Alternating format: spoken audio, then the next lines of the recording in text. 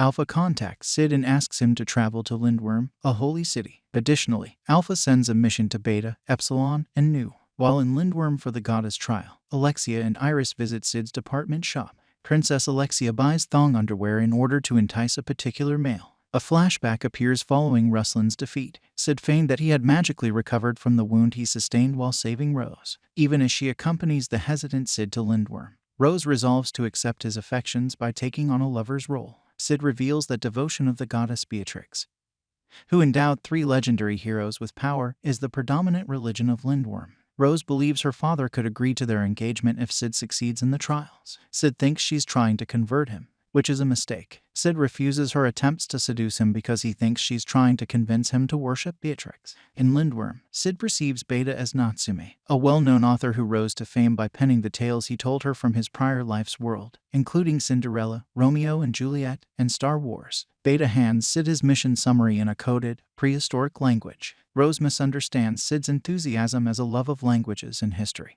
But in reality, Sid is only impressed with what he believes to be Beta's most recent role-playing activity for him. Archbishop Drake of Beatrix Church is murdered by a cultist. When Sid arrives at the hot spring, the carefree Princess Alexia is already there. Alexia reveals the goddess trial entails contestants dueling the souls of illustrious warriors while trying to hide her shame. In order to help with the murder of the Archbishop, Princess Alexia urges Sid to join the Crimson Knights. Sid declines before casually leaving, totally exposing himself to the bewildered Princess Alexia. Temporary Archbishop Nelson, who also happens to be Alexia's top suspect in Drake's murder, halts the princess investigation. When Princess Alexia runs across Beta as her Natsume alter ego, they both immediately dislike one another. When no well-known warriors appear to challenge them to a duel, many combatants feel degraded and unworthy opponents. Sid is unexpectedly named as the following challenger, with Rose paying his registration fee in secret to highlight her father Sid's abilities.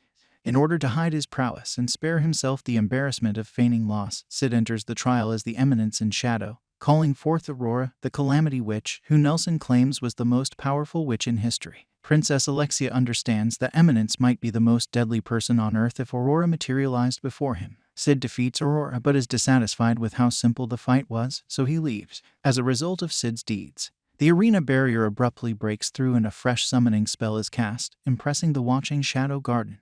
Sid makes the decision to enter the circle and vanishes. Nelson is taken hostage by Alpha and the rest of Shadow Garden, who then all enter Sanctuary. Rose and Princess Alexia also enter. Alpha explains that she is an elf and a descendant of Olivier, the hero who severed Diablo's left arm 1,000 years ago. Sid encounters Aurora, who has been imprisoned for a millennium. When Sid sets her free, she reveals that Sanctuary is really a huge prison that houses the memories of all former heroes. If they destroy Sanctuary's magical core, Aurora and the other memories will be erased. Sid and the Shadows discover the cult used the Sanctuary to experiment on orphan girls using Diablo's blood to resurrect him as they travel through memory. Most died, but some, like Olivier, rose to heroic stature. It is revealed that experiments on Diablo's arm produce the pills that make people demonic, but once a year produces 12 beads that offer 1 year of immortality to the cult's 12 leaders, the Knights of Round, one of whom is Nelson, who helped develop the first beads 1 millennium ago. Nelson takes on a demonic appearance, seizes control of the Sanctuary, scatters everyone across various memories, and makes duplicates of himself in order to battle every shadow simultaneously. Epsilon reveals that she and the named shadows that Sid personally brought into the Shadow Garden were all girls who had been subjected to the cult's experiment. Sid restored their power while curing them of the demonic, cursed negative effects. They break into Sanctuary's archives and take the cult experiment records. Delta demonstrates that she possesses berserker-level strength, allowing her to kill hundreds of Nelson clones without the need of magic. Sid and Aurora get to the center of Sanctuary. The core is sealed behind chains that can only be cut by a nearby magical sword. And despite Sid's efforts, the sword can only be drawn by a hero's descendant. Nelson summons Olivier to fight for him, but Epsilon emerges with all of the cult's research, so all of the shadows immediately teleport out of Sanctuary with Alexia and Rose, leaving Nelson confused. Nelson gives Olivier the order to murder Sid while he is still in Sanctuary. They engage in combat, but Sid is let down since Olivier lacks personality and is mindlessly obedient.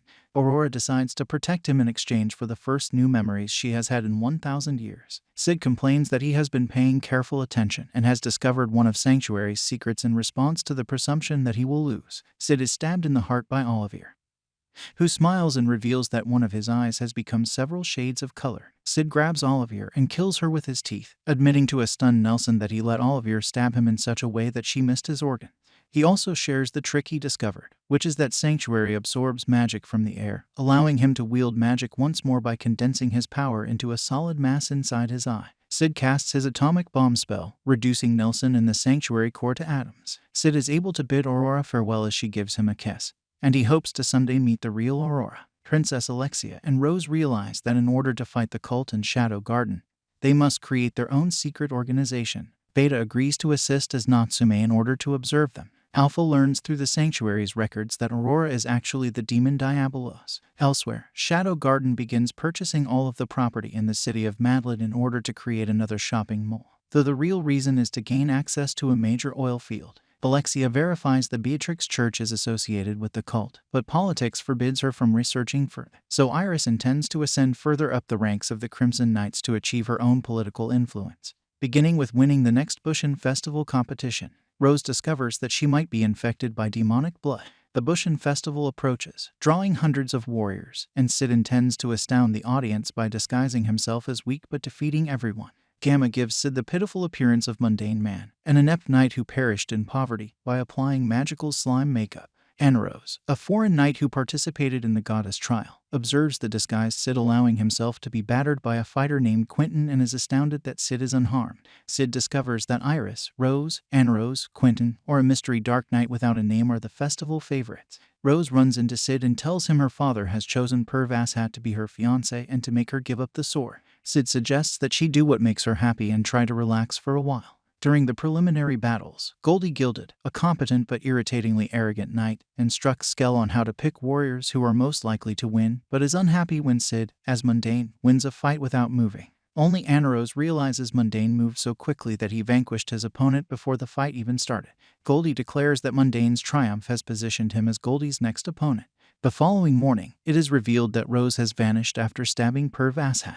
Rose's escape makes her appear guilty, which has significant consequences for inter-kingdom politics. Alexia decides to find and protect her, but Beta stops her because she knows Rose is hiding in the underground ruins. Sid meets an elf named Beatrix, who is looking for her missing niece and looks a lot like Alpha. Sid, as Mundane, meets Goldie in his first duel, watched by Rose and Quentin, both of whom are skeptical of Mundane's powers. To their surprise, Mundane dodges Goldie's initial assault by stretching his neck, and then sneezes, causing Goldie's own attack magic to erupt backwards, knocking Goldie unconscious. Despite his unconventional tactics, Rose doubts she could replicate Mundane's motions. Iris realizes during a meeting with Perv Asshat that Rose did not damage him at all and that he has a dangerous influence over Rose's father, the king. Mundane defeats Quentin, and Rose becomes his opponent the following day. Rose tries to scare him until Mundane shows that he wears armor weighing more than a ton and still moves too quickly for humans to follow his genuine movements. Rose continues to avoid the soldiers that have been dispatched after her. Sid's elder sister Claire pays him a visit, but he avoids her by claiming to help Skell in his pursuit for Rose in exchange for a large prize. Sid admires Rose for risking everything to avoid an unwanted marriage. Sid hears the piano song Moonlight Sonata and discovers Epsilon performing it. Epsilon reveals that by appearing as a good pianist, she is able to build beneficial relationships in Oriana Kingdom.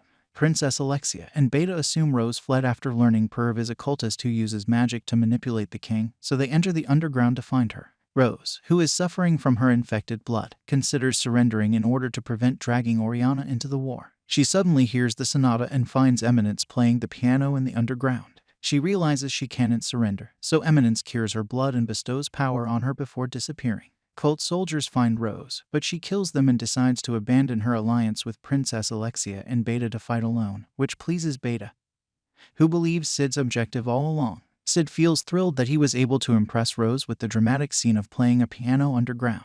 When he returns home, Claire has stubbornly waited for him all day. Claire announces she has replaced Rose at the event and wants Sid watch her from VIP seating after sadistically punishing Sid for neglecting her. Sid takes a seat next to Iris, who apologizes for the Xenon incident. They talk about the Dark Knight's opponent, Beatrix the Elvish war goddess, the festival's first champion. Sid realizes that Beatrix is Alpha's aunt. Sid slips away in his mundane disguise to face Rose. Perv Asshat sits next to Iris, who despises him. Perv is confident Rose will return and marry him. He also implies that he is interested in hiring strong warriors, specifically Anna Rose. Anna Rose attempts to match Mundane's speed in the arena but is defeated. Princess Iris is determined on defeating Mundane in the next match. Pervasat has Mundane investigated, but he is certain he has no relation to the Shadow Garden, which is entirely female. Anna Rose thanks Mundane for reminding her that she still has opportunity to grow and invites him to work for the government of her country, but he declines. Sid is looking forward to defeating Iris and becoming a legend by mysteriously disappearing right afterward his victory. Claire meets him at his room, quietly reminding him he forgot to watch her match. Sid watches Claire's next match alongside Princess Iris and Beatrix. Herve continues to drug the king in the hopes that Rose will try to save him. He also intends to have the king assassinate Iris and Princess Alexia's father, King of Midgar, in order to start a war. Iris fights Mundane, but she has horrifying visions of Mundane swiftly murdering her with a counterattack. Mundane disarms and defeats her in one motion. Rose infiltrates the VIP section with the assistance of Shadow Garden, and Pervasat is outraged when she murders her own father, who expresses gratitude for being freed from Pervasat's control. Rose prepares to commit herself, but Mundane stops her, kills Perv's soldiers, and reveals himself to be the Eminence in the shadow all along. Rose realizes Eminence is the same boy she known as Stylish Ruffian Slayer, revealing that as a child, Sid killed the bandits who had just kidnapped Rose, motivating Rose to study sword fighting in the first place. Rose escapes after realizing she cannot die. Beatrix, who had planned to battle Mundane anyway, realizes he is a wanted terrorist and challenges the Eminence to a duel. Beatrix confronts Eminence, and in the midst of their conflict, Princess Iris joins forces with Beatrix. Alpha approaches Rose and invites her to join Shadow Garden, which Rose accepts. Eminence shows off his most powerful attack which will obliterate the city, terrifying both Iris and Beatrix. But at the last second he vanishes instead, leaving Princess Iris frustrated and determined to take vengeance. Pervasat is forced to apologize to his master for his failure. Beatrix is disappointed that she never discovered her niece. Sherry learns of the Eminence's assassination and vows to kill him one day. With the Eminence revealed to the world, the Shadow Garden begins making plans to support Sid even more, expecting that he will soon take a more active part in administering their organization. Alpha guides Rose into the monster-infested mountains surrounding Sid and Claire's childhood village, revealing that the mountains contain the ancient kingdom of Alexandria, which is now Shadow Garden's new secret base of operations. Rose has had everything traumatically taken from her, including her name, and joins Shadow Garden's army as Soldier 666 while she trains to prove herself to them. Meanwhile, Sid is happy with how well his role-playing with Princess Iris and Lady Beatrix went and eagerly awaits the next session.